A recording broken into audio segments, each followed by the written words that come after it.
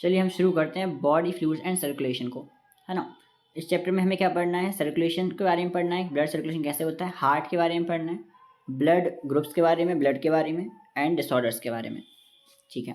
Circulation is the transport of nutrient and CO2, nutrient oxygen, CO2 and excretory product to the concern tissue and organ. यानी किसी भी organ तक nutrient को पहुंचाना, oxygen को पहुंचाना, वहाँ से CO2 का और एक्सक्रीटरी प्रोडक्ट को बाहर निकालना, ये हम क्या कहते हैं, सर्कुलेशन कहते हैं इसे।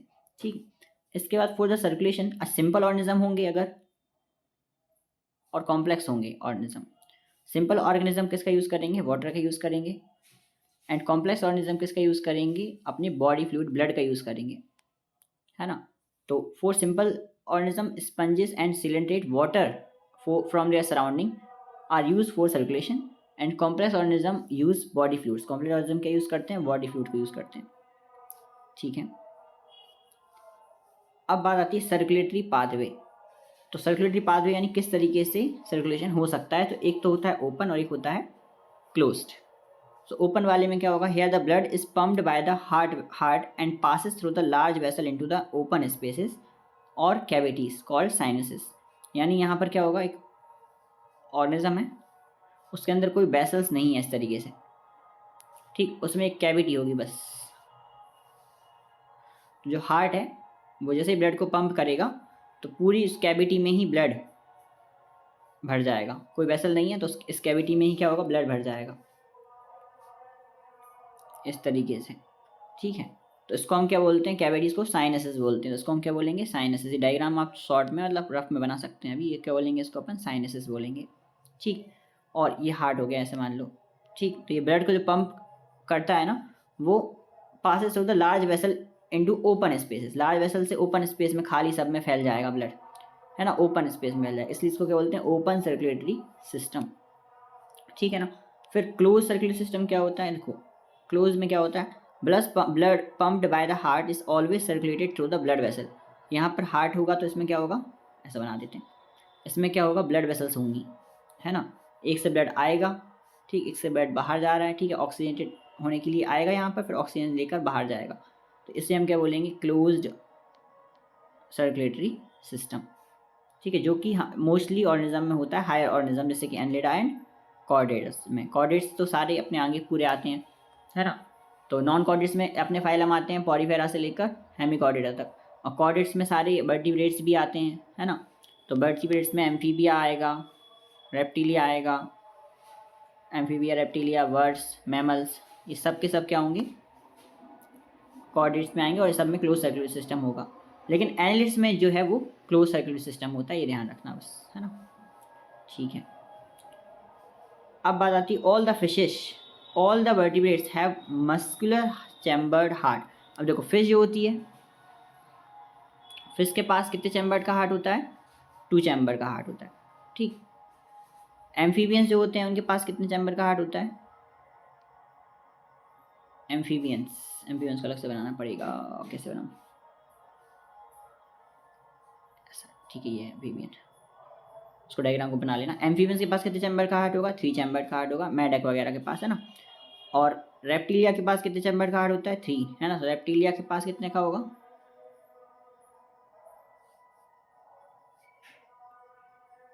3 चैम्बर्ड हार्ट होगा।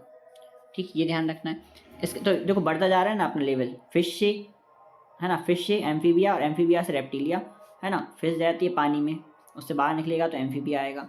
एम्फीबिया मतलब दोनों में रह सकता है, पानी और लैंड में दोनों में रह सकता है। फिर उसके बाद रेप्टाइल आएंगे, उसके बाद कौन आएगा, मैमल्स आएंगे।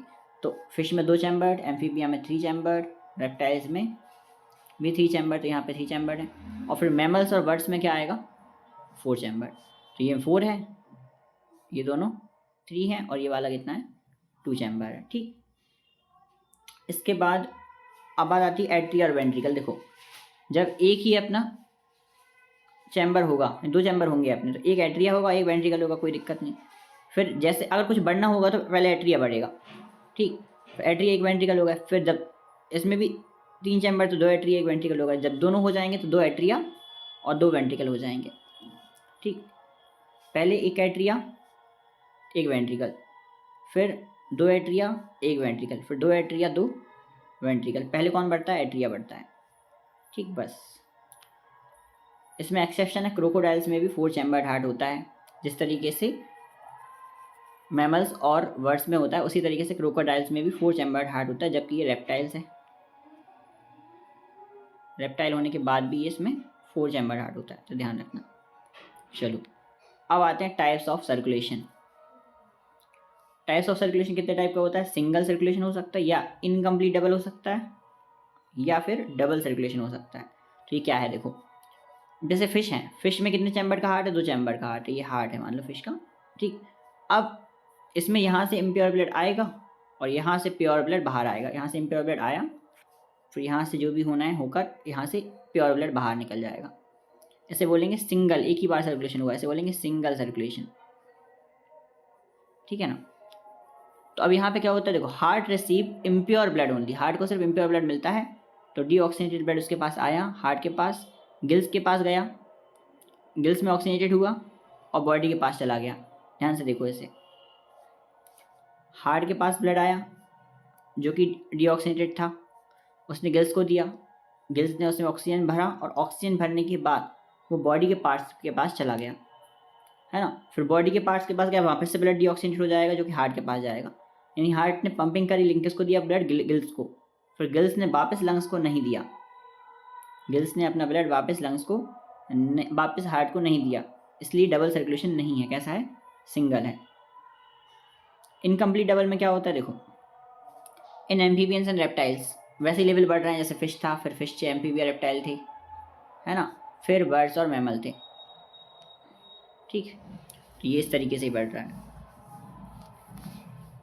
ओके, एफ फिशिश, ए आर ये हो गया एम्फीबिया रेप्टील और रेप्टाइल्स, और ये बी एम क्या होगा? बर्ड्स और मैमल्स।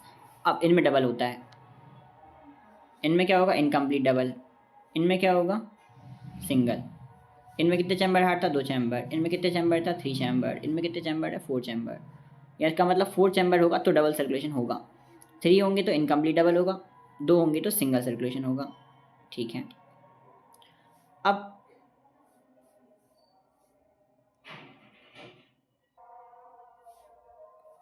ठीक है, तो incomplete double in amphibians and reptiles in this left atrium receive oxygenated blood. अब देखो ध्यान से देखना, बहुत ध्यान से, ठीक है। इसके पास एट्रियम है और इसके पास एट्रियम है, और यहाँ भी इसके पास एट्रियम है, दोनों एट्रियम है, और यहाँ पे इसके पास वेंट्रिकल है। ठीक है ना, सॉरी ये दोनों ऊपर के क्या है? अपने पास एट्रियम है और नीचे अपने पास वेंट्रिकल है। तो अब एट्रियम के पास क्या आएगा? Amphibians left atrium receive oxygenated blood. तो ये जो लेफ्ट एट्रियम है इसके पास क्या आएगा? ऑक्सीजनेटेड ब्लड आएगा। ठीक है ना, left atrium receive oxygenated blood from gills. तो देखो ऑक्सीजनेटेड ब्लड कहाँ से आएगा? गिल्स से आएगा। तो ये एट्रियम है अपने पास और ये वेंट्रिकल अपना सिंगल वेंट्रिकल है ना। ध्यान से देखो, लेफ्ट एट्रियम कौन सा होगा अपने पास? ये होगा। राइट एट्रियम ये होगा। ठीक, सही है ना ये चीज़। अपन डायग्राम जब बनाते हैं तो इसको अपन राइट बोलेंगे, इसको अपन लेफ्ट बोलेंगे, क्योंकि अपन सामने खड़ा है। जैसे मान लो कोई इंसान ऐसा खड़ा है,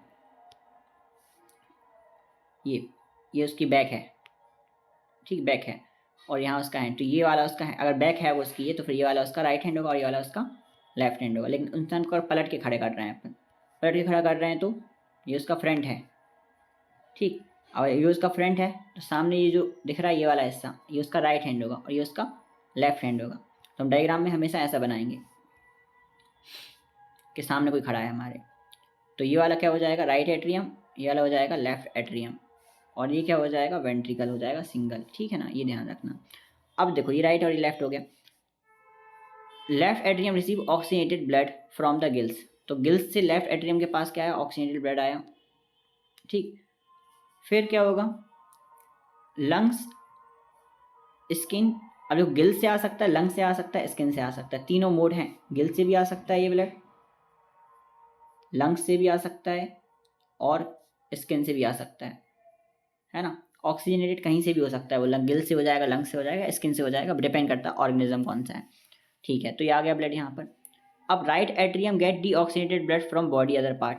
अब देखो जो राइट एट्रियम है उसको क्या मिला? डीऑक्सीजनेटेड ब्लड मिला, यानी ऑक्सीजन इसके पास नहीं है। दोनों ब्लड आ गए अपने पास। अब ये मिक्स हो जाते हैं यहाँ वेंट्रिकल्स में, ठीक। यहाँ आके सबकी मिक्सिंग हो जाती है, तो मिक्सिंग हो रही है इसलिए मतलब बोल रहे हैं इनकम्प्लीट है ये। और डबल क्यों बोल रहे हैं कि 2 बार रिसीव हो रहा है, इसलिए डबल है, तो इनकम्प्लीट डबल, ठीक, इसलिए बोलते हैं इसको इनकम्प्लीट डबल। तो however gate mixed up in the single ventricle, it is pumped out.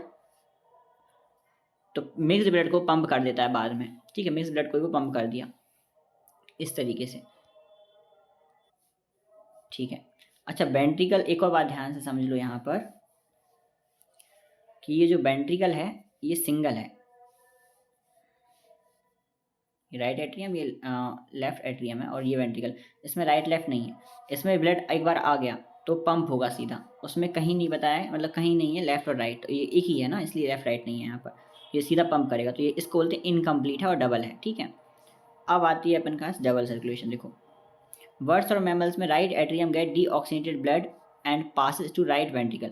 अब देखना यहाँ पर 4 चैम्बर होंगे अपने पास, right atrium, right ventricle, left atrium, left ventricle. तो अब बर्ड्स और मैमल्स में right atrium get deoxygenated blood, right atrium को डीऑक्सीनेटेड ब्लड मिला तो अपन कलर का यूज़ करते हैं। डीऑक्सीनेटेड के लिए अपन करते हैं किसका यूज़, ऑरेंज का कर लेते हैं।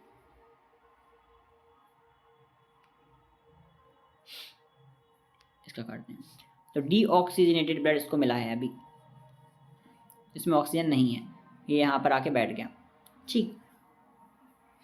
तो इसने अब इसमें क्या लिखा है, deoxygenated blood passes to the right ventricle.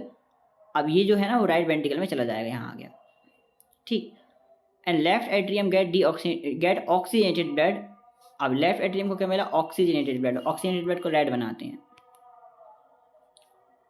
तो इसको क्या मिल रहा है, ऑक्सीजनेटेड ब्लड, और जो कि लेफ्ट वेंट्रिकल में जाएगा, ये ऑक्सीजनेटेड वाला है। अब ये जो ब्लू कलर का है ये जाएगा लंग्स के पास, है ना, तो यहाँ लंग्स बना लो, ये लंग्स हैं, तो ये जाएगा लंग्स के पास, और लंग्स से क्या लेगा, ऑक्सीजन, और फिर वो लंग्स से ऑक्सीजन लेके यहाँ देगा। ये पूरा डबल सर्कुलेशन हो रहा है, देखो ध्यान से, ये एक बार और ये दूसरा बार, तो 2 बार डबल सर्कुलेशन हो रहा है। इसी को इस चैप्टर में पढ़ना है, तो दिक्कत नहीं है, अभी नहीं आया होगा तो बाद में आ जाएगा, ठीक है। बस ये ध्यान रखना कि 2 बार सर्कुलेशन हो रहा है तो डबल सर्कुलेशन बोलेंगे, है ना। और एक और ध्यान रखना बात कि राइट एट्रियम जो है वो डीऑक्सीनेटेड ब्लड रिसीव करता है हमेशा, राइट वाला डीऑक्सीनेटेड ब्लड रिसीव करता है, और लेफ्ट वाला क्या कर रहा है, हमेशा ऑक्सीनेटेड ब्लड रिसीव कर रहा है, ठीक है ना। बस फिर इसके बाद वेंट्रिकल्स में जो है वो उसको पंप कर देते हैं बिना मिक्सिंग के, ठीक है, इसलिए क्या बोलते हैं, डबल सर्कुलेशन बोलते हैं इसको अपन, ठीक। चलो, ये है ह्यूमन सर्कुलेटरी सिस्टम का एक माइंड मैप टाइप का दिया है, इसको देखते हैं। देखो, सबसे पहले ब्लड वस्कुलर सिस्टम है, उसमें हार्ट है और ब्लड है और ब्लड वेसल्स हैं, ठीक। दूसरा लिम्फेटिक सिस्टम है, उसमें लिम्फ है, लिम्फेटिक वेसल्स हैं और लिम्फ नोड हैं, इसको अपन बाद में पढ़ेंगे, पहले अपन को पूरा चैप्टर में ये पढ़ना है, मेन तो यही उसको चैप्टर में यही क्वेश्चन आते हैं यहाँ से। तो हार्ट क्या है, हार्ट का स्ट्रक्चर कैसा होता है, वो चीज़ें। ब्लड क्या होता है, ब्लड में कौन कौन से कंपोनेंट होते हैं, वो सारी चीज़ें, नीचे तक गहराई तक वो समझनी है। तो अब अपन आगे बढ़ के इसको देखेंगे। चलो, ब्लड वस्कुलर सिस्टम की बात करते हैं। देखो, ब्लड वस्कुलर सिस्टम में कितनी चीज़ें आएंगी, हार्ट आएगा, हार्ट किसको पंप करता है, ब्लड को, तो ब्लड आएगा, और ब्लड की वेसल्स आएंगी, तो हार्ट है जिसमें से पंप होता है, ठीक, जिससे पंप होता है वो हार्ट है, फिर जहाँ से बह के जाएगा वो ब्लड वेसल्स हैं, और अंदर बहेगा उसे क्या बोलेंगे, ब्लड। तो ये सारी चीज़ें पूरा सिस्टम बनाती हैं, इसे क्या बोलते हैं अपन, ब्लड वस्कुलर सिस्टम, ठीक है। अब बात आती है ब्लड की। देखो, ब्लड में 2 चीज़ें होती हैं, एक तो प्लाज्मा होता है और एक होता है फॉर्म्ड एलिमेंट्स। प्लाज्मा क्या होता है, जैसे मान लो कोई, यहाँ पे अपन ने ब्लड भरा है, ठीक है, इसमें बीकर में, तो इसका 55% जो पार्ट होगा, 55% जो पार्ट होगा वो लिक्विड होगा, ठीक है ना। 55% क्या होगा इसका, लिक्विड होगा, और बाकी का जो पार्ट है बचा हुआ 45%, और 45% पार्ट इसका क्या होगा, सॉलिड होगा। 45% पार्ट अपना क्या है, सॉलिड है, 45% सॉलिड है, और 55% कैसा है अपना, लिक्विड है। जो लिक्विड पार्ट होता है उसे हम क्या बोलेंगे, प्लाज्मा, और सॉलिड पार्ट है फॉर्म्ड एलिमेंट्स का बना हुआ है, उसे बोलेंगे 45% फॉर्म्ड एलिमेंट्स। ठीक है। अब देखो प्लाज्मा में देखें अगर अपन, तो उसके अंदर क्या क्या चीज़ें होती हैं, स्ट्रॉ कलर्ड है, स्लाइटली अल्कलाइन। अल्कलाइन का मतलब होता है कि ये जो बेसिक है, बेसिक मतलब क्या होगा इसमें, एसिड, देखो एक होता है एसिडिक और एक होता है बेसिक। तो इसका पीएच क्या है, 7.4 है, 7 से ज़्यादा है, इसका मतलब ये अल्कलाइन है। तो ब्लड जो है मतलब एक तरीके से कह सकते हैं खारा है, खून कैसा होता है अपना, खारा होता है। ठीक, सॉल्टी टाइप का, अल्कलाइन चीज़ें सॉल्टी होती हैं, है ना। तो ये हो गया। तो होता भी है कहीं अगर खून निकल जाता है, अपन कभी उसको टेस्ट कर लेते हैं तो गलती से, तो अल्कलाइन लगता है। और बिस्कस फ्लूइड है, बिस्कस मतलब बहने वाला। ठीक, तो बिस्कस फ्लूइड है। अब बात आती है कंस्टिट्यूएंट ऑफ प्लाज्मा, कौन कौन सी चीज़ें होती हैं इसमें। तो देखो मैंने कहा था लिक्विड है, तो लिक्विड है तो 90% तो इसमें वाटर ही है ना, 90% इसमें क्या है, वाटर है। तो गुड सॉल्वेंट, गुड सॉल्वेंट कुछ भी चीज़ इसमें घुल जाती है आकर, कोई भी मेडिसिन अपन खाते हैं वो आसाम आराम से इसमें घुल जाती है। ठीक है ना। प्लाज्मा प्रोटीन है इसमें 68%। प्रोटीन इसके पास 3 होते हैं। तो देखो 3 प्रोटीन कौन कौन से, एक तो फाइब्रिनोजन, फाइब्रिनोजन का मतलब फाइबर से बना है, फाइबर का मतलब होता है एक तरीके से रेशे, है ना, रेशे। तो रेशे, अगर रेशे से बना तो काय के लिए यूज़ होगा, ब्लड कोगुलेशन के लिए यूज़ होगा, है ना, ब्लड कोगुलेशन के लिए यूज़ होगा। दूसरा ग्लोबुलिन, ग्लोबुलिन कैसा लग रहा है, ग्लोब जैसा, है ना, ग्लोब, ग्लोब जैसा लग रहा है, तो ये काय के लिए यूज़ होगा, antibodies for defence of the body. तो किसी को भी फेंक के मारने से, कोई बाहर से कोई इसको परेशान करने के लिए आ रहा है बॉडी को, उसको फेंक के मार दो ग्लोब, है ना। तो ग्लोबुलिन काय के लिए यूज़ होता है, एंटीबॉडीज़ के लिए यूज़ होता है ना, जो कि डिफेंस मैकेनिज्म के लिए यूज़ होता है, मतलब कोई अगर इन्फेक्शन करने के लिए आया है तो उससे लड़ने के लिए यूज़ होगा एंटीबॉडीज, ठीक की तरह। अब बात आती है एल्ब्यूमिन, क्या है एल्ब्यूमिन, तो for osmotic balance regulate blood pressure. इसका मतलब देखो जैसे कोई मेम्ब्रेन का काम करती है, जैसे कोई एक सॉल्यूशन है ए और एक सॉल्यूशन बी है, इसके थ्रू सॉल्यूशन को ट्रांसफ़र करना है यहाँ से वहाँ तक। तो ये जो मेम्ब्रेन बनाई है ना, ये उस मेम्ब्रेन काय की बनेगी, अपनी एल्ब्यूमिन की बनेगी, semi permeable membrane, semi permeable membrane, जिसके थ्रू ऑस्मोसिस होगी, ऑस्मोसिस। तो उसमें रोल प्ले करता है कौन, एल्ब्यूमिन। उसका नाम भी ऐसे ही लग रहा है एल्ब्यूमिन, है ना, ऑस्मोटिक प्रेशर थोड़ा थोड़ा सेम सेम सा लग रहा है। हाँ, तो इसको रिलेट करके पढ़ लेना कि ग्लोबुलिन काय के लिए, डिफेंस के लिए, एल्ब्यूमिन काय के लिए, ऑस्मोटिक बैलेंस के लिए, फिब्रिनोजन काय के लिए, ब्लड क्लोटिंग के लिए, बस फंक्शन। फिर आते हैं glucose, amino acid, lipid and cholesterol, ये चीज़ें भी ब्लड में होती हैं। तो ब्लड में ग्लूकोज लेवल तो होता ही, सबको पता है, ब्लड में ग्लूकोज नहीं होगा तो क्या होगा, एनर्जी अपनी डाउन हो जाएगी, ठीक है ना। तो ब्लड में ग्लूकोज होना चाहिए। अमीनो एसिड जो अपन प्रोटीन खाते हैं, है ना, वो टूट कर अमीनो एसिड बनते हैं और फिर वो ब्लड में जाते हैं, ठीक। तो ब्लड में प्रोटीन होता है, अमीनो एसिड होते हैं। फिर आता है लिपिड और कोलेस्ट्रॉल। देखो लिपिड की बात करें, फैट, तो लिपिड का जब पूरा अपन ब्लड टेस्ट करवाते हैं तो उसमें सारी चीज़ें आती हैं, प्रोटीन टेस्ट होता है उसमें, उसमें ग्लूकोज का टेस्ट भी होता है, शुगर टेस्ट करवाते हैं अपन ब्लड की, है ना। लिपिड का फैट टेस्ट भी करवाते हैं, लिपिड भी नहीं बढ़ना चाहिए ब्लड में। और कोलेस्ट्रॉल, कोलेस्ट्रॉल तो सबको पता है कि जैसे हार्ट डिसीज़ होती हैं, वो भी थोड़ी बहुत मात्रा में होना चाहिए, है ना। तो ये सारी चीज़ें प्रेजेंट होनी चाहिए नेचुरली, है ना। ये हो गया। अब इनकम इनऑर्गेनिक कंस्टिट्यूएंट होते हैं। इनऑर्गेनिक कंस्टिट्यूएंट का मतलब क्या होता है, अब देखो ये 4 चीज़ें हैं, 1 2 3 4 5 चीज़ें हैं, इनको याद करना है। सोडियम है, तो अपन नमक खाते हैं NaCl, इसलिए सोडियम आएगा, ठीक। कैल्शियम, अपन दूध पीते हैं मान लो, तो कैल्शियम ब्लड में ही जाने वाला है, ठीक है, तो ब्लड कैल्शियम लेवल होता है। मैग्नीशियम, अपन हरी सब्जियाँ खाते हैं तो उसमें मैग्नीशियम होता है क्लोरोफिल में, ठीक। क्लोरीन, अगेन वो Cl वाले NaCl के साथ आएगा। ये बाइकार्बोनेट कहाँ से आया, देखो बाइकार्बोनेट अपन जब कोई भी सोडा टाइप की चीज़ें खाते हैं, ठीक है, तो सोडा में होता है, अदरवाइज नहीं भी होगा तो ये बन जाएगा, बॉडी में फॉर्म होता है। ये क्यों फॉर्म हुआ, क्योंकि एसिडिक चीज़ों को न्यूट्रल कर सके, ये बेसिक है, तो बेसिक है तो क्या करेगा, एसिडिक चीज़ों को न्यूट्रल करेगा, इसलिए फॉर्म हो जाता है। तो इसकी ट्रिक भी है, देखो ये बाइकार्बोनेट है, इसको जूम कर लो, ये क्या है अपना बाइकार्बोनेट है, बाइकार्बोनेट।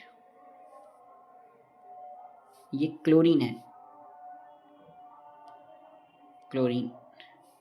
ये क्या है, मैग्नीशियम, मैग्नीशियम। ये क्या है, कैल्शियम। और ये क्या है, सोडियम, ठीक है ना। तो मैंने इसको कैसे करा था, ना का मांगे, ना का मांगे कल बा, बा मतलब बाइकार्बोनेट, तो ना का मांगे कलवा खत्म। ना का, देखो ना का मांगे, ना का मांगे कल बाबा मतलब बाइकार्बोनेट, ठीक, तो खत्म, ना का मांगे कल बा खत्म, ठीक, ये हो गया। चलो अब देखते हैं गैसेस लाइक, देखो gases like CO2 and CO2 O2 and N2 की बात करते हैं। Gases like CO2 O2 and N2, तो देखो CO2 O2 और N2, देखो ये तो होनी चाहिए, ये तो एयर में होती है 70%, 78%, तो ये तो ब्लड में होगी, अपना सांस लेते हैं बार बार की सारी गैस जाती है अपने अंदर। और ये तो सबको पता है कि CO2 O2 अगर ट्रांसफ़र नहीं होंगे ब्लड में तो रेस्पिरेशन कैसे होगा, है ना, तो ये ब्लड में होने चाहिए, तो गैसेस पूछेगा तो ये लॉजिकली है ना, और कोई सी गैस नहीं होती है। Plasma without clotting factor is known as serum. अब देखो ये क्वेश्चन बहुत बार आया नीट में, प्लाज्मा में से अगर क्लोटिंग फैक्टर हटा दें, क्लोटिंग फैक्टर यानी वो फैक्टर, वो प्रोटीन जो क्या करवाते हैं, ब्लड क्लोटिंग करवाते हैं, ब्लड क्लोटिंग करवाते हैं, वो फैक्टर अगर हटा दिया जाए तो उसे हम क्या बोलेंगे, सीरम बोलते हैं। तो प्लाज्मा को छान लिया, प्लाज्मा है उसको छान लिया अपन ने, और छान के उसके सारे के सारे प्रोटीन हटा दिए, ठीक है। अब जो बचा है उसे क्या बोलेंगे, सारे प्रोटीन हटा दिए जो ब्लड क्लोटिंग करवाते थे, ठीक, अब क्या बोलेंगे, इसे अपन सीरम बोलेंगे। ये प्लाज्मा है अपना, ठीक, ये प्लाज्मा है, ये क्या है, सीरम है। इस तरीके से बनती हैं, ठीक, चीज़ें। ओके, तो ये अपन ने ये समझ लिया ब्लड का कंपोनेंट प्लाज्मा क्या होता है, ठीक है ना। फिर आती है अपन फॉर्म्ड एलिमेंट्स पे। फॉर्म्ड एलिमेंट्स में तीन चीज़ें होती हैं, RBC WBC और प्लेटलेट्स। RBC WBC और प्लेटलेट, देखो एक अपने पास RBC है, एक WBC है, और एक अपने पास प्लेटलेट है। तीनों को अपन एक एक करके समझेंगे, WBC क्या होता है, RBC क्या होता है और प्लेटलेट क्या होते हैं, ठीक, चलिए देखते हैं। तो रेड ब्लड सेल और erythrocytes, biconcave non nucleated cell, biconcave non nucleated cell, मतलब बायकॉन्केव का मतलब क्या होता है, जो दोनों साइड से इस तरीके से, देखो ये कॉन्केव साइड, ये भी कॉन्केव साइड, तो बटन होती है ना, बटन, बटन अगर दोनों साइड से चपटी हो जाए, बटन है यहाँ से भी चपटी कर दो, पीछे साइड से भी चपटी कर दो, तो इसे हम क्या बोलेंगे अपना, ये इस तरीके से है, ठीक, गोल है, और गोल जो बटन होती है ना अपनी, आगे से भी चपटी है, पीछे से भी चपटी कर दो उसे, तो उसे बायकॉन्केव बोलेंगे, है ना। नॉन न्यूक्लिएट मतलब न्यूक्लियस नहीं है इसके पास, तो खाली बड़ा सा एक सेल है बस, है ना, न्यूक्लियस नहीं है इसके पास। न्यूक्लियस क्यों नहीं है, क्योंकि इसको सारे का सारा स्पेस ऑक्सीजन के लिए चाहिए, इसलिए न्यूक्लियस नहीं है इसके पास, ठीक है। माइटोकॉन्ड्रिया भी इसके पास नहीं है, गोल्जी कॉम्प्लेक्स भी इसके पास नहीं, कुछ नहीं है, मतलब इसने त्याग कर दिया, बहुत बड़ा त्याग कराया इसने, बहुत बड़ा, क्यों, क्योंकि इसको ऑक्सीजन ट्रांसपोर्ट करना था इसलिए, ठीक। रेड कलर क्यों है इसका, क्योंकि इसमें हीमोग्लोबिन होता है, बहुत सारा इसमें क्या होता है, हीमोग्लोबिन होता है, इसकी वजह से इसका कलर कैसा है, रेड है, ठीक। नॉर्मल हीमोग्लोबिन कितना होना चाहिए बॉडी का, 12 से 16 ग्राम पर 100 ml ऑफ ब्लड, यानी अगर अपना 100 ml ब्लड लें तो उसमें 12 ग्राम से 16 ग्राम तक क्या होना चाहिए, हीमोग्लोबिन, ठीक। तो एक इंसान के पास अगर 5 लीटर ब्लड है, 5 लीटर होता है अपने बॉडी में लगभग, तो उसके पास 5 लीटर के अकॉर्डिंग 50 गुना ज़्यादा है ये उससे, तो 50 इंटू 100 कर देंगे अपन, इतना 50 इंटू 12 कर देंगे, इतना हीमोग्लोबिन उसके पास टोटल होना चाहिए। तो हम क्या नापते हैं, 100 ml में नापते हैं सिर्फ, है ना, ठीक है। अब बात आती है, क्या हो गया, काउंट की बात करें तो टोटल नंबर कितने होते हैं। अब ये भी देखो 5 to 5.5 मिलियंस, मतलब 5 लाख 50 लाख मान लो, 50 लैक्स पर मिलीमीटर क्यूब, पर मिलीमीटर क्यूब मतलब, ये मिलीमीटर क्यूब मतलब क्या है, एक बहुत ही छोटी यूनिट है मिलीमीटर क्यूब। ऐसा समझो कि एक क्यूब बनाया अपन छोटा सा, और उस छोटे से क्यूब की हर एक साइड 1 मिलीमीटर की हो, 1 mm की हो, उसे हम बोलेंगे, उतना वॉल्यूम को बोलेंगे 1 mm क्यूब। ये बहुत ही छोटा होगा, क्योंकि 1 सेंटीमीटर में भी 10 mm होते हैं, और हर mm से अपन एक छोटा सा क्यूब ही बना पाएंगे, बहुत छोटा, उतने में ही कितने हैं, 5 से 5.5 मिलियन। इसका मतलब ये बहुत ही ज़्यादा, अगर टोटल निकालेंगे तो टोटल वॉल्यूम अगर निकालें लीटर में तो 5 लीटर होती है, उस हिसाब से बहुत ही ज़्यादा होंगे, तो इतना तो सिर्फ 1 मिलीमीटर क्यूब में है, ठीक है, तो ध्यान रखिए। चलो देखते हैं अब, red blood red bone marrow बनते कहाँ हैं यहाँ पर, ये रेड बोन मैरो। ये क्या होता है रेड बोन मैरो? जो बड़ी हड्डियाँ होती हैं अपनी बॉडी की, उसके अंदर कुछ सेल्स होते हैं, उसके अंदर कैविटी होती है, उसके अंदर कुछ सेल्स होते हैं, उन सेल को क्या बोलते हैं? Red bone marrow. उसी में अपने आरबीसी बनता है। ठीक, RBC. Okay, average life span क्या है इसकी? तो 120 डेज तक, मतलब एक बार बन गया ना उसके बाद 3 महीने तक, 3 4 12, 3 से 4 महीने तक रहता है ना। तो 3 से 4 महीने तक उनकी लाइफ रहती है। तो उसको में 120 दिन लिखा है, 120 दिन के आसपास, 100 से 120 दिन रहते हैं वैसे वो। ठीक, तो उसमें डेथ हो जाती है उनकी। फिर आते हैं अपन क्या, बॉर्न आउट आरबीसी जो है वो स्प्लीन में जाते हैं। स्प्लीन क्या है? स्प्लीन एक ऑर्गन है बॉडी का। स्प्लीन मैं बता देता हूँ आपको। ये देखो, ये अपना स्टमक, ये अपना लीवर है, ये अपना स्टमक है, इसके पास में लगा हुआ ये स्प्लीन है। इसी स्प्लीन में जो आरबीसी होते हैं, अगर वो डेथ हो जाती है उनकी, तो स्प्लीन में ही जाकर ख़त्म हो जाती है, उनके सेल्स हैं वो वहाँ पर जाकर ख़त्म होते हैं। ठीक है, अब हम बात करते हैं किसकी, आगे देखते हैं आरबीसी। देखो आरबीसी अपन ने देख लिया। ठीक है, आरबीसी का अपन ने लाइफ स्पैन देख लिया, कितने दिन जीते हैं वो देख लिया। ये सब क्वेश्चंस आते हैं आरबीसी के बारे में, नोट लिखो, शॉर्ट नोट, ये सब लिख देना आपको। ठीक है, अब आते हैं अपन कहाँ, डब्ल्यूबीसी पर। इसका फंक्शन क्या है आरबीसी का? तो CO2 ऑक्सीजन का ट्रांसपोर्ट करना, सिंपल। ठीक, अब आते हैं डब्ल्यूबीसी। डब्ल्यूबीसी का काम क्या होता है? देखो, वाइट ब्लड सेल, यहाँ पे हीमोग्लोबिन नहीं है इसलिए वाइट है ना। तो कलरलेस होते हैं, न्यूक्लिएटेड होते हैं, यहाँ पर न्यूक्लियस है, इनको ऑक्सीजन से ज़्यादा कोई मतलब है नहीं। तो यहाँ पर न्यूक्लियस होता है, वहाँ पर न्यूक्लियस नहीं होता। ठीक है, काउंट कितना है इसका? देखो अब काउंट बहुत ही कम है, वहाँ पे 5 लाख 50 लाख था, 50 लैक्स, जबकि यहाँ पर कितना, सिर्फ 6,000 से 8,000। ठीक है ना। ठीक, तो इसका नंबर जो है 6,000 से 8,000 तक होता है ना। इसके बाद हम बात करते हैं फॉर्म्ड इन, कहाँ बनता है? बोन मैरो में ही बनते हैं ये भी, है ना, वो भी बोन मैरो में बने थे। इसके अलावा ये लिम्फ ग्लैंड में भी बनते हैं। अब ये लिम्फ ग्लैंड और स्प्लीन, स्प्लीन मैंने अभी आपको बताया था, लिम्फ ग्लैंड में आपको बता देता हूँ। ये देखो, जैसे यहाँ पर एक अपने पास ग्लैंड है थाइमस, ये थाइमस एक लिम्फ ग्लैंड है, ठीक है ना। फिर नीचे देखें तो यहाँ पे बहुत सारी ब्लड वेसल्स होती हैं, ऐसी बहुत कहीं कहीं देखा होगा ना आपने, गठाने पड़ जाती हैं, उसमें कुछ कुछ फ्लूइड जम जाता है, तो इसी में थोड़ी स्वेलिंग आ जाती है लिम्फ नोड्स में। तो लिम्फ नोड्स हैं बहुत सारे अपने, जैसे ब्लड में अपने वेसल्स हैं, वैसे ही लिम्फ के लिए अलग से वेसल्स होती हैं। लिम्फ कुछ नहीं, ब्लड जैसा फ्लूइड होता है जो कलरलेस होता है बस, है ना। उसमें आरबीसी नहीं होते, आरबीसी नहीं होते हैं, तो वैसा एक फ्लूइड होता है, इसके लिए अलग से वेसल हैं, है ना। तो लिम्फेटिक वेसल्स हैं, ठीक, उसी में लिम्फ। अभी लिम्फ नोड है, लिम्फ नोड क्या है? जगह जगह उसकी गठान टाइप की होती हैं, उसको लिम्फ नोड बोलते हैं। स्प्लीन अलग से दिखाए, स्प्लीन दिख रहा है आपको, ठीक है ना। तो ये, इसके अलावा आपको देखो, ये बोन मैरो है, जो बड़ी हड्डियाँ होती हैं उनके अंदर के सेल्स होते हैं, उसको बोन मैरो बोलते हैं। तो ये सारी चीज़ें जो हैं जिनमें वो बन रहा है अपना डब्ल्यूबीसी, स्प्लीन में बनता है, स्प्लीन में नहीं, बोन मैरो में बनता है, और लिम्फ नोड्स में बनता है, स्प्लीन में भी थोड़ा बहुत तो बनता है। ठीक, आरबीसी यहाँ पर डेड हो रहे थे, और यहाँ पर स्प्लीन में डब्ल्यूबीसी बन रहे हैं। ये अंतर है बहुत बड़ा, है ना। चलो, मतलब डब्ल्यूबीसी जहाँ पर बन रहे हैं वहाँ पे आरबीसी की डेथ हो रही थी, है ना। तो आरबीसी में और इनमें बहुत अंतर है। डब्ल्यूबीसी में इनका नंबर 50 लाख था पर मीटर क्यूब में, इसका नंबर 6,000 है। ठीक है, इनमें न्यूक्लियस नहीं था, इनमें न्यूक्लियस नहीं था, इनमें न्यूक्लियस था, है। इनमें कलर है, हीमोग्लोबिन है, इसमें हीमोग्लोबिन नहीं है। ठीक है, ये ऑक्सीजन ट्रांसपोर्ट करते हैं, ये ऑक्सीजन ट्रांसपोर्ट नहीं करते, ये तो डिफेंस मैकेनिज्म में काम करते हैं, मतलब बॉडी को इन्फेक्शन से बचाते हैं। ठीक है ना। तो ये पार्ट ऑफ इम्यून सिस्टम के पार्ट होते हैं। ठीक, बढ़िया हो गए दोनों। तो ये पूरा अपन ने समझ लिया कि सर्कुलेशन पाथवे क्या होते हैं, open type, close type, types of circulation समझ लिया है। ठीक, इसके बाद अपन ने ब्लड वस्कुलर सिस्टम भी समझ लिया। ठीक, उसमें अपन ने ब्लड समझा, ब्लड में प्लाज्मा समझा, आरबीसी डब्ल्यूबीसी समझ लिया। ठीक, अब अपन देखते हैं क्या, डब्ल्यूबीसी के टाइप्स आते हैं, डब्ल्यूबीसी के टाइप्स होते हैं, है ना, उसे समझेंगे। और प्लेटलेट जो होती है, तीसरा कंपोनेंट था ना प्लेटलेट, उसे समझेंगे। ठीक,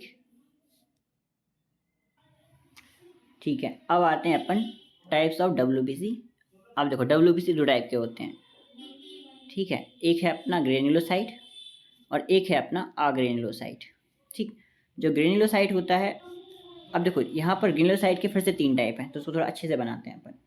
डब्ल्यूबीसी, डब्ल्यूबीसी के कितने टाइप्स हैं अपने पास? 2 टाइप हैं, ग्रेन्युलोसाइट और अग्रेन्युलोसाइट। फिर ग्रेन्युलोसाइट जो है उसके 3 टाइप हैं, न्यूट्रोफिल, यूस्नोफिल और बेसोफिल।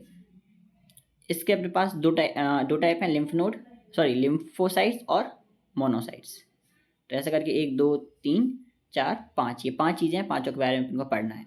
ठीक है, कि न्यूट्रोफिल क्या होते हैं, इओसिनोफिल क्या होते हैं, बेसोफिल क्या होते हैं, लिम्फोसाइट क्या होते हैं और मोनोसाइट क्या होते हैं। ठीक, जो WBC अपन देखते हैं ना, वो जो ब्लड रिपोर्ट आती है उसमें ये सारे नाम लिखे रहते हैं ब्लड रिपोर्ट में। ठीक है, सबका अपना अपना इम्पोर्टेंस होता है। ठीक, उसके अकॉर्डिंग सब मतलब बीमारियों की जांच होती है। ठीक है ना। चलो,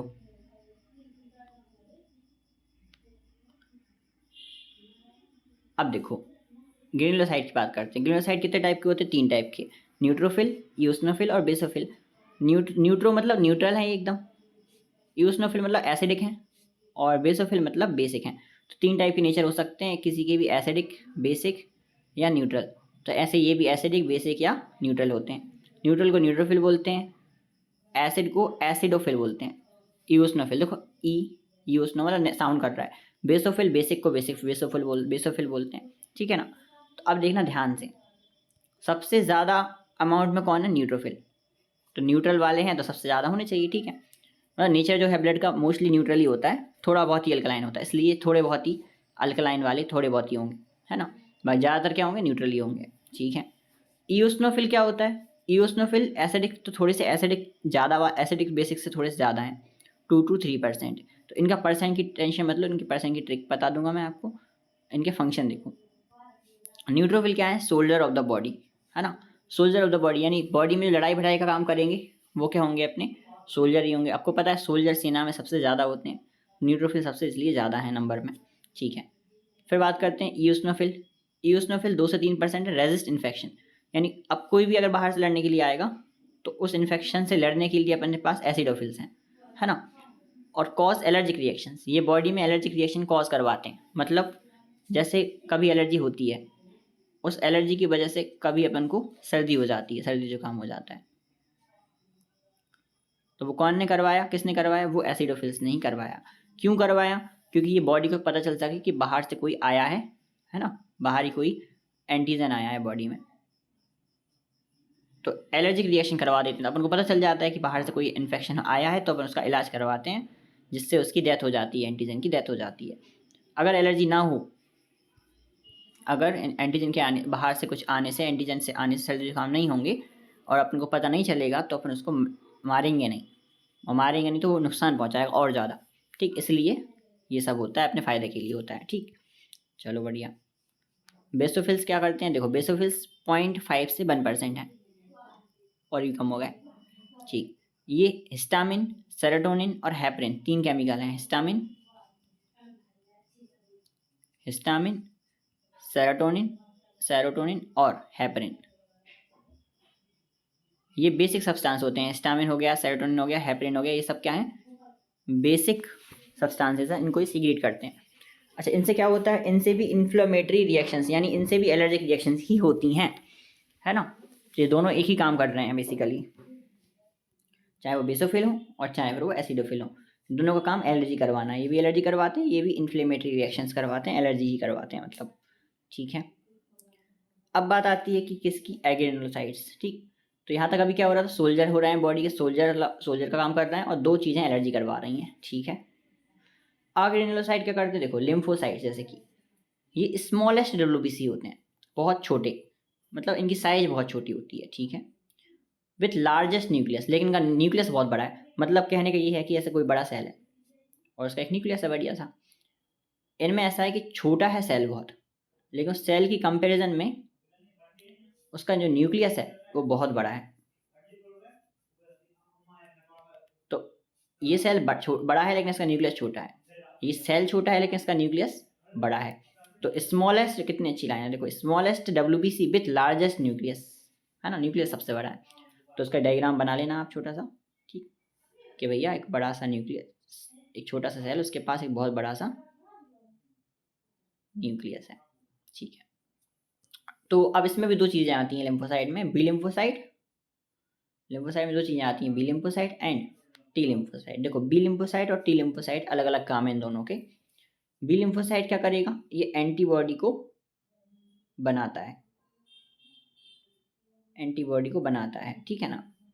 और ये टी लिम्फोसाइट क्या करता है, ये हेल्प करता है बनाने में, ठीक है। यानी बी लिम्फोसाइट एंटीबॉडी बना रहा है और टी लिम्फोसाइट इसकी हेल्प कर रहा है बनाने में। तो बी लिम्फोसाइट एंटीबॉडी क्यों बनाता है? एंटीबॉडी क्या है? एंटीबॉडी एक ऐसा मॉलिक्यूल है जो इन्फेक्शन से लड़ने में मदद करता है। तो इन्फेक्शन से लड़ने में मदद करने के लिए हमको एंटीबॉडी चाहिए, और वो कौन बनाएगा? लिम्फोसाइट बनाएंगे। कौन से लिम्फोसाइट? B lymphocyte. और उसकी हेल्प कौन करेगा? बी लिम्फोसाइट की टी लिम्फोसाइट हेल्प करेगा, ठीक। तो ये दोनों का फंक्शन क्लियर है ना, ठीक। एंटीबॉडी मॉलिक्यूल कौन से प्रोटीन से बनते हैं? अपन ने देखा था ग्लोबुलिन से बनते हैं, ग्लोबुलिन, ठीक, ऊपर देखा था अपन प्लाज्मा में, ठीक है। अब आती है मोनोसाइट। मोनोसाइट क्या होता है? तो देखो 6 to 8% होते हैं, लार्जेस्ट WBC होते हैं। तो इसी क्लास में स्मॉलेस्ट WBC, इसी क्लास में लार्जेस्ट WBC, बाकी सारे के सारे ऊपर वाले इनके बीच में आते हैं। तो कोई पूछे कि भाई आग्रेनुलोसाइट जो है, आग्रेनुलोसाइट, इसमें क्या आता है? तो अपन बोलेंगे आग्रेनुलोसाइट में स्मॉलेस्ट WBC भी आता है लिम्फोसाइट, और लार्जेस्ट WBC भी आता है मोनोसाइट, है ना। ये दोनों इसमें आ रहे हैं। इसका काम फेगोसाइटोसिस है, मतलब ये दूसरे सेल को खा जाता है, दूसरे सेल को क्या कर रहा है? खा जाएगा, ठीक। तो अपन ने याद किया था लाइजोसोम, जिसमें जो सबको खा जाते थे, है ना, वैसे एंजाइम सीक्रेट करते थे, वो सबको खा जाते थे। तो वैसे ही इनका नेचर है, ये भी फेगोसाइटोसिस करते हैं, और यही काम न्यूट्रोफिल भी करते हैं। इसका मतलब ये हुआ कि जो न्यूट्रोफिल का काम होता है, वही काम मोनोसाइट का होता है। यानी एम मोनोसाइट और एन का काम सेम है, फेगोसाइटोसिस। ईओसिनोफिल का काम और बेसोफिल का काम लगभग सेम है। अब बचा एक लिम्फोसाइट, 1 2 3 4 5 हैं चीज़ें। लिम्फोसाइट का काम अलग है, वो एंटीबॉडी बनाते हैं एक, और एक टी लिम्फोसाइट वो हेल्प करते हैं बनाने में, ठीक। इस तरीके से हमने चीज़ें देख ली हैं, ठीक है। कोई डाउट होगा तो आप लिख लीजिएगा सारे डाउट्स को, और फिर हम उसको समझ लेंगे, ठीक है, बारी बारी से आपके डाउट्स, ओके। अब बात आती है अपनी प्लेटलेट्स की। प्लेटलेट्स क्या करती हैं? देखो प्लेटलेट्स जो हैं वो कलरलेस होती हैं, नॉन न्यूक्लिएटेड होती हैं, सेल फ्रेगमेंट्स। एक तरीके से सेल फ्रेगमेंट्स मतलब सेल का कोई छोटा हिस्सा टूटा पड़ा हो, इस तरीके से बोलते हैं। तो सेल फ्रेगमेंट्स बोला जा रहा है इनको, ठीक है। नॉन न्यूक्लिएटेड मतलब इसके अंदर कोई न्यूक्लियस नहीं होगा, तो प्लेट जैसी होंगी, ऐसे बना लो, प्लेट जैसी हैं, कोई न्यूक्लियस नहीं है इनके अंदर, ठीक। इनकी संख्या 1.5 लाख है। उनकी संख्या कितनी थी? आरबीसी की 50 लाख, डब्ल्यूबीसी की कितनी थी? 6000। इनकी संख्या कितनी है? 1.5 लाख है। यानी इन दोनों के बीच में आती है। और बल्कि ये तो कह सकते हैं कि हाँ WBC RBC से तो बहुत ही कम है ना, 1.5 लाख, लेकिन इससे तो बहुत ज़्यादा भी है, तो बीच में ही आ रही है, ठीक, 1.5 लाख, और यहाँ पर 6000, ठीक। इनकी तो बहुत ही कम है। तो असेंडिंग ऑर्डर में अगर देखें तो RBC सबसे ज़्यादा होते हैं, उससे कम प्लेटलेट होते हैं, उससे भी कम WBC होते हैं, है ना। तो बचाने वाले ज़्यादा हैं, एक कह सकते हो आप कि बचाने वाले जो है वो बहुत ही कम है। WBC हमको बचाते हैं इन्फेक्शन से, वो बहुत ही कम है ना। तो वही तो है, दुनिया में भी ऐसे ही बचाने वाले थोड़े से कम हैं और बर्बाद करने वाले बहुत हैं, है ना। बढ़िया। काउंट कितना है अपना? 1.5 लाख से 3.5 लाख, ठीक। रिकॉर्डिंग हो रही है। Sir phone light bulb. तो मैंने ये बोला कि इनका नंबर, ये कहाँ बनते हैं? Megakaryocytes in bone marrow. ये कौन चीज़ें हैं अपनी? प्लेटलेट्स कहाँ बनती हैं? Megakaryocytes in bone marrow. तो बोन मैरो में एक सेल होते हैं मेगा कार्योसाइट्स, है ना। तो ये भी देख लो मेगा कार्योसाइट्स, ये देखो। अब तुम्हें डायग्राम से बताते हैं। जैसे हेमेटोपोइटिक स्टेम सेल, ये अपना कोई सेल है बॉडी का, स्टेम सेल। वो स्टेम सेल्स ही सारे के सारे ब्लड सेल्स को बनाता है ना। तो स्टेम सेल से यहाँ पर क्या बना? Common myeloid progenitor. इसका नाम सोचने की कोशिश मत करो, तुम्हें नाम से कोई काम नहीं है, ठीक है, यहाँ पर इसका। तो इसके पास एक सेल से मान लो कि 2 सेल्स बने हैं अपने पास, कॉमन लिम्फॉइड प्रोजेनिटर और माइलॉइड प्रोजेनिटर, ठीक है। इसके बाद इस सेल से आगे जाकर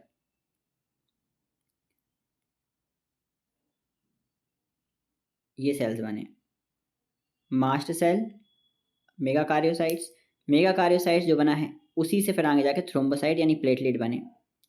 प्रो एरिथ्रोब्लास्ट से ही एरिथ्रोसाइट यानी WRBC बने। देखो RBC ऐसे दिखते हैं, चैप्टर से मैंने बताया था, ठीक है। फिर ये जो एक और सेल बना था, इससे बने अपने पास बेसोफिल, न्यूट्रोफिल, इओसिनोफिल और मोनोसाइट। यहाँ पर लिम्फोसाइट नहीं आए, देखो यहाँ पे लिम्फोसाइट नहीं आए। यहाँ पे बेसोफिल, न्यूट्रोफिल, इओसिनोफिल देखो इस तरीके से दिखते हैं, और ये इनके अंदर का न्यूक्लियस, ठीक है।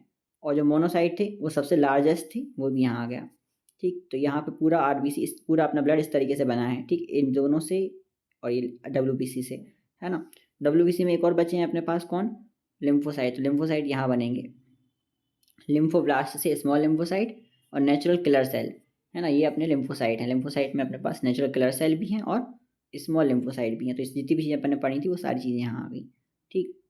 ये देखो कितना बड़ा मैक्रोफेज है। मोनोसाइट से क्या बना है बाद में जाके मैक्रोफेज। मैक्रोफेज कुछ भी खा जाता है, किसी भी चीज़ को खा जाता है, है ना ये। और स्मॉल लिम्फोसाइट में दो हैं, बी लिम्फोसाइट और टी लिम्फोसाइट। इस तरीके से सारे सेल्स हैं अपने बॉडी के, ब्लड के सारे सेल्स हैं, है ना। उसमें से मेगा कार्योसाइट से कौन बनता है, थ्रोम्बोसाइट बनता है।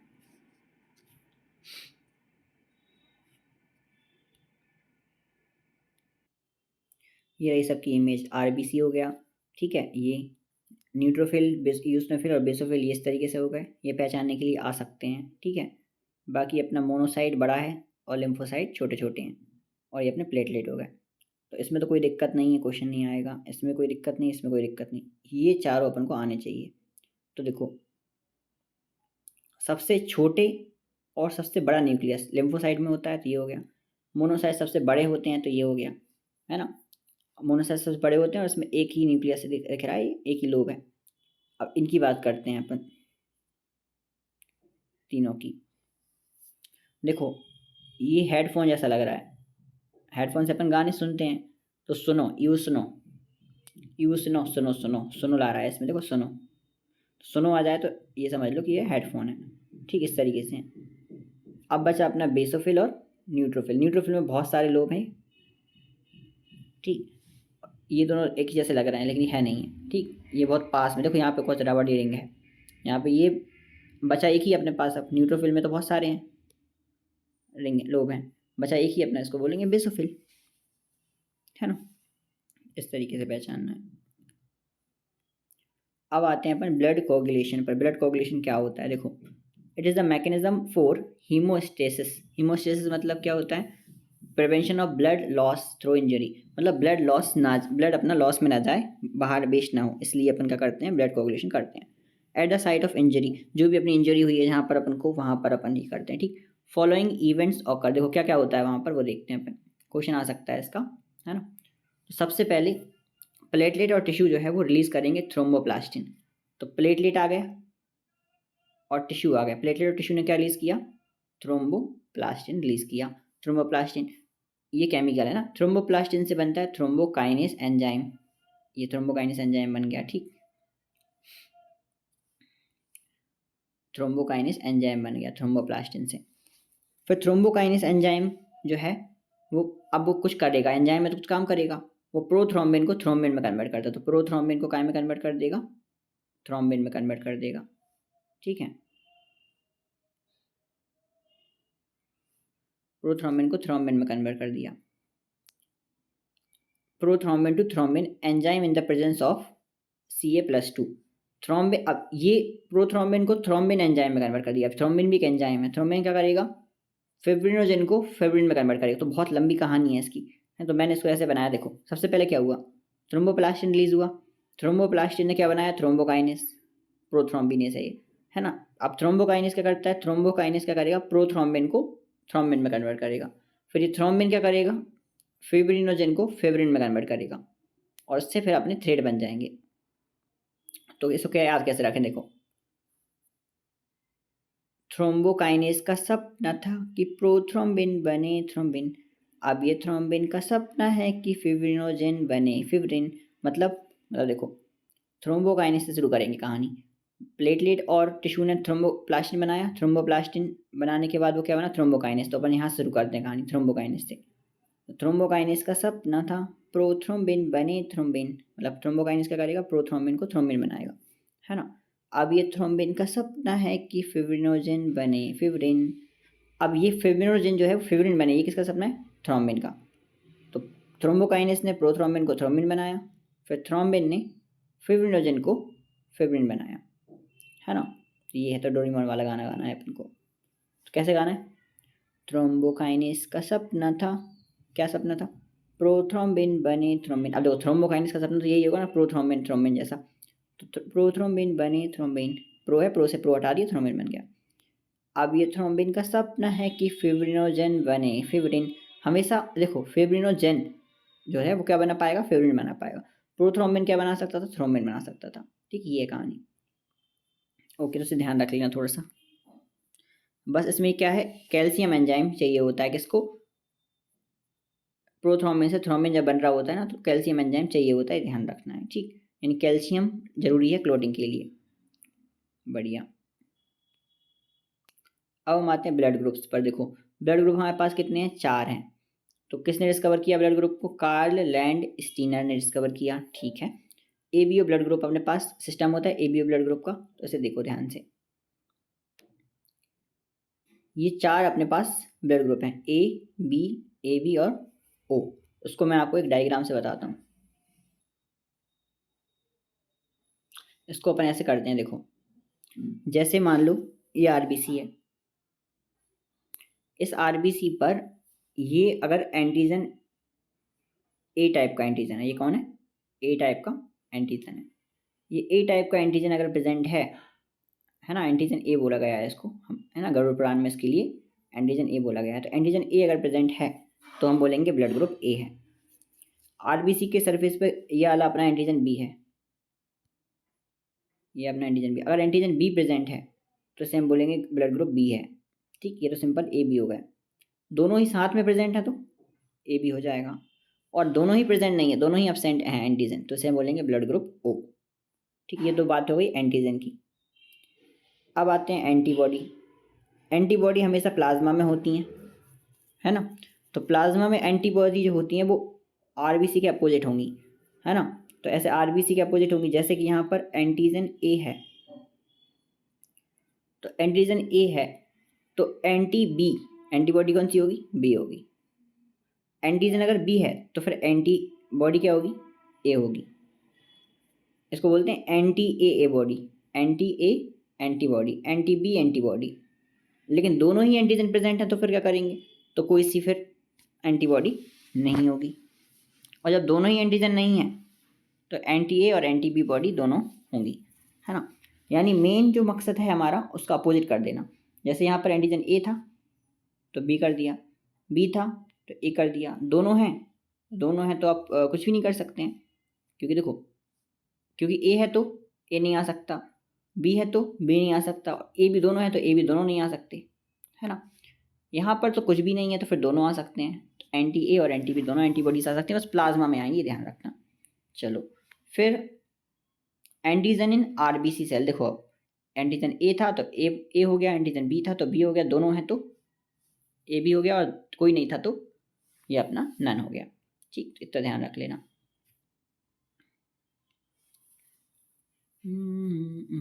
चलो ये हो गया अपने ब्लड ग्रुप, ये देख लो। इसमें भी इसी चीज़ को डायग्राम में नहीं बनाया है, इसको ऐसे बना दिया, ठीक है। अब कैन डोनेट ब्लड टू, किसको डोनेट कर सकता है, देखो अब ध्यान से। ए वाला ए को तो कर ही सकता है, पर ए बी को भी कर सकता है। बी वाला बी को कर सकता है और ए बी को भी कर सकता है। ए बी वाला सिर्फ ए बी वाले को ही कर सकता है ना। क्यों, ए बी वाला ए बी वाले को ही कर सकता है, क्यों, क्योंकि देखो अगर ये ए को करेगा, है ना, अगर ए बी वाला ए अकेले वाले को कर देगा तो फिर बी वाला नाराज हो जाएगा ए से। यानी कुल मिला के इसमें बी भी है ना, ए भी दोनों है ना इसमें, तो कभी भी एंटीजन दो एक साथ नहीं हो सकते। अगर हम ए बी वाला ए को दे देंगे, सिर्फ ए को, तो ये बी और ए में लड़ाई हो जाएगी। सिर्फ बी को दे देंगे तो ए और बी में लड़ाई हो जाएगी। ठीक, तो हम नहीं दे सकते, हम किसको दे सकते हैं, ए बी को दे सकते हैं। तो ए से ए, बी से बी, यानी दोनों साथ में बढ़िया ब्लड ग्रुप रहेंगे। है ना, कोई दिक्कत नहीं आएगी। सिंगल ए को नहीं दे सकते आप ना सिंगल बी को, तो ए बी वाला सिर्फ किसको दे सकता है, ए बी को दे सकता है।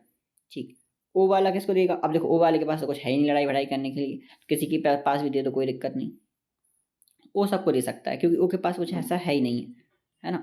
तो ये किसी को भी दे सकता है, ए को, बी को, ए बी को, ओ को, है ना। तो ये ओ वाला को जो है यूनिवर्सल डोनर है, और ओ वाला यूनिवर्सल डोनर है ना, और ए बी वाला अपना यूनिवर्सल रेसिपिएंट है, क्योंकि जो ए बी वाला है ना वो ए वाले से भी ले सकता है, बी वाले से भी ले सकता है, ए बी वाले से भी ले सकता है, और ओ वाले से भी ले सकता है, इसको कोई फर्क नहीं है ना। ए वाला इसलिए इसके पास आ सकता है क्योंकि इसके पास तो ए था ही, तो कोई दिक्कत नहीं है ना। बी वाला भी इसके पास आ सकता है, ए बी वाला भी आ सकता है, और ओ वाला भी आ सकता है, क्योंकि इसके पास दोनों एंटीजन है, ए बी है और बी बी है। बट ए बी वाला आप नहीं दे सकते किसी को, ठीक है, ध्यान रखना है। चलो बढ़िया।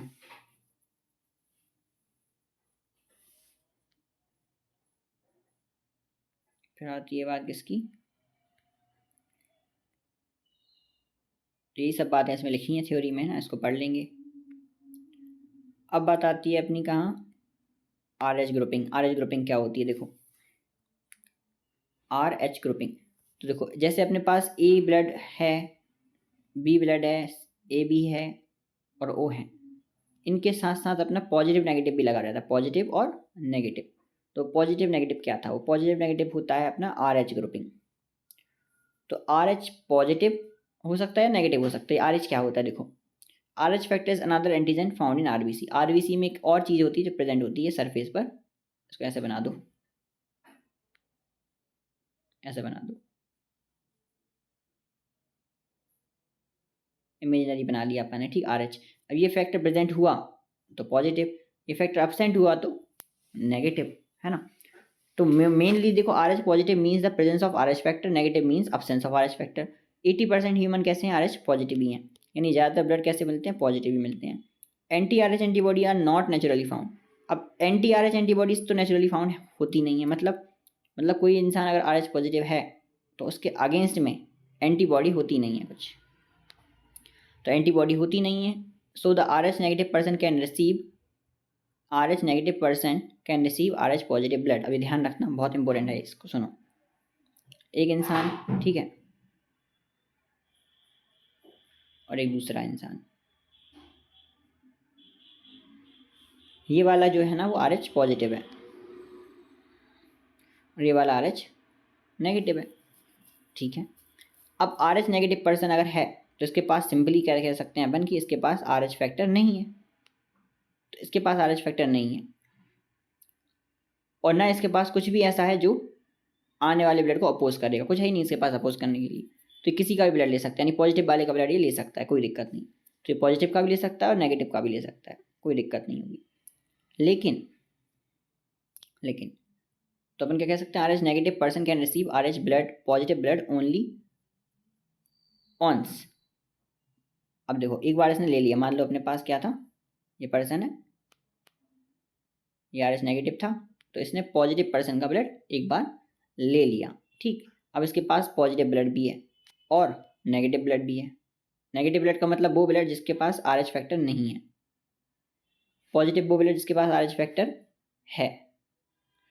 तो जैसे इसकी बॉडी में आर एच फैक्टर वाला ब्लड आएगा, इसकी बॉडी जो है वो रिस्पॉन्स करने लगेगी, इनको मारने के लिए कुछ बनाने लगेगी, कुछ बॉडीज बनाने लगेगी, है ना, कुछ ने हथियार तैयार कर लिए, ठीक, एंटीबॉडी बनाना शुरू कर देगी। तो एक बार ब्लड ले लिया इसने, एक बार इसने आर एच पॉजिटिव ब्लड ले लिया, खुद तो नेगेटिव था, लेकिन एक बार इसने आर एच पॉजिटिव ब्लड ले लिया तो ठीक है। लेकिन उसके बाद अगर आर एच पॉजिटिव ब्लड आया तो इसमें ऑलरेडी एंटीबॉडी बन चुकी हैं इसके लिए, एंटीबॉडी बन चुकी हैं इसके लिए। अब एंटीबॉडी इसको क्या करेंगी, मारेंगी, इस ब्लड जो आने वाला ब्लड है उसको मारेंगी। यानी एक ही बार इंसान नेगेटिव वाला पॉजिटिव ब्लड ले सकता है ना। उसके बाद अगर आएगा तो फिर एंटीबॉडी उसको मार देंगी। तो ये ध्यान रखना है कि अपन को आर एच पॉजिटिव ब्लड जो है वो एक ही बार ले सकते हैं अपन आर एच नेगेटिव वाले पर्सन को, ठीक है। अब so the second transfusion of R H positive blood causes agglutination, फिर उसका खून जम जाएगा और फिर उसकी डेथ भी हो सकती है। तो therefore R H group should be matched, इसलिए आर एच ग्रुप को भी मैच करना पड़ता है, इसलिए पॉजिटिव नेगेटिव भी देखना पड़ता है अपन को, ठीक। पॉजिटिव वाला पॉजिटिव को दे सकता है, ठीक है, नेगेटिव वाला नेगेटिव को दे सकता है, पॉजिटिव वाला नेगेटिव को भी दे सकता है लेकिन एक बार सिर्फ, यानी ओवरऑल देखें तो नहीं दे सकता, क्योंकि एक बार ही दिया है तो ये कैसे पता चलेगा एक बार आया, इसलिए देता ही नहीं है ना। तो उसको कॉपी हमेशा साइन देख के देते हैं, अच्छी बात है। अब बात आती है इरिथ्रोब्लास्टोसिस फीटलिस। ये क्या है इरिथ्रोब्लास्टोसिस फीटलिस, ये क्या होता है इसको देखते हैं। देखो इसके बाद अपन नेक्स्ट पार्ट में देखेंगे। देखो एक पार्ट हो गया ये 2 पेज का, इसके बाद नेक्स्ट पार्ट बनाएंगे क्योंकि बड़ा हो रहा है साइज। इसके बाद एक पार्ट ये, एक पार्ट में दोनों पेज हो जाएंगे, ठीक। चलो it is the RH incompatibility between RH negative blood of a pregnant mother and RH positive of fetus। इसको मैं बनाता हूँ देखो डायग्राम से, ठीक है। तो इसको देखते हैं अपन, ये RH फैक्टर वाली कहानी है, ठीक है। इसको फैक्ट समझते हैं। मान लो एक RH पॉजिटिव वाला इंसान है ना, और उसने RH नेगेटिव वाली एक लड़की से शादी कर ली, ठीक है ना। तो RH नेगेटिव वुमेन जो है और एक RH पॉजिटिव मैन ने शादी करी, ठीक। अब ये नेगेटिव जो मदर थी उसके पेट में जो बच्चा होगा वो या तो नेगेटिव होगा या पॉजिटिव होगा, लेकिन जो केस हम पढ़ रहे हैं ना, जो बीमारी हम पढ़ रहे हैं, उस बीमारी में जो बच्चा होता है वो पॉजिटिव वाला होता है, ठीक। तो अब यहाँ पर ये जो चाइल्ड है वो कैसा है, पॉजिटिव ब्लड के साथ है। अब यहाँ दिक्कत है, दिक्कत ये है कि जो ब्लड है नेगेटिव वाला वो पॉजिटिव में नहीं जाना चाहिए, है ना। नेगेटिव वाला जो पॉजिटिव में नहीं जाना चाहिए, लेकिन फिर भी चलो ये जो मदर का ब्लड है इससे सेपरेटेड है। कैसे सेपरेटेड है, प्लेजेंटा से, प्लेजेंटा से। तो प्लेजेंटा से सेपरेटेड है, मिक्स नहीं हो रहे हैं, इसलिए क्या होता है, ब्लड मिक्स नहीं होते हैं, है ना। न्यूट्रिएंट्स वगैरह जाते हैं लेकिन ब्लड मिक्स नहीं होते, तो इसकी डिलीवरी तो हो जाती है, ठीक है ना। तो इसने जन्म तो दे दिया पॉजिटिव वाले ब्लड बच्चे को, लेकिन जब जन्म होता है इसका तो इस टाइम पे कुछ ब्लड चाइल्ड का मदर के अंदर चला जाता है। अब जब मदर के अंदर ब्लड गया तो हमने देखा था कि जो नेगेटिव वाले हैं वो पॉजिटिव ब्लड ले सकते हैं, लेकिन एक ही बार ले सकते हैं सिर्फ, है ना, ओनली वंस, एक ही बार ले सकते हैं। तो एक बार ले भी लिया है। अब मदर के पास एंटीबॉडी डेवलप हो गई, है ना। देखो ब्लड गया थोड़ा बहुत, है ना। जब ब्लड जाएगा तो अब यहाँ पर एंटीबॉडी डेवलप हो जाएंगी, है ना। अब जब एंटीबॉडी डेवलप हो जाएंगी तो अब सेकेंड टाइम्स जब ये ब्लड जो मदर का इसके अंदर आएगा, यानी देखो ब्लड भले नहीं जाता पर लेकिन जब in the next RH positive pregnancy maternal antibody जो है वो उस पर अटैक कर जाती हैं। एंटीबॉडी को चाहिए कि कहीं भी हमारा दुश्मन कहीं नहीं होना चाहिए, तो इसका दुश्मन कहीं ना हो, तो इनका जो दुश्मन है वो कहीं नहीं होना चाहिए। लेकिन इस चाइल्ड के अंदर तो पॉजिटिव वाला ब्लड था और मदर के अंदर तो उसके खिलाफ एंटीबॉडी बन चुकी हैं, तो एंटीबॉडी जो है वो उसको मार डालती हैं, है ना, ख़त्म कर देती हैं। तो RH नेगेटिव मदर ने क्या करा, अपने ही चाइल्ड को अटैक कर दिया, एंटीबॉडीज़ के थ्रू अटैक कर दिया। इसे बोलते हैं इरिथ्रोब्लास्टोसिस फीटलिस, है ना। ये बीमारी का नाम है इरिथ्रोब्लास्टोसिस फीटलिस, जिसमें RH नेगेटिव मदर ने अपनी RH पॉजिटिव चाइल्ड को मार दिया है, ठीक है ना। तो ये है कहानी। चलो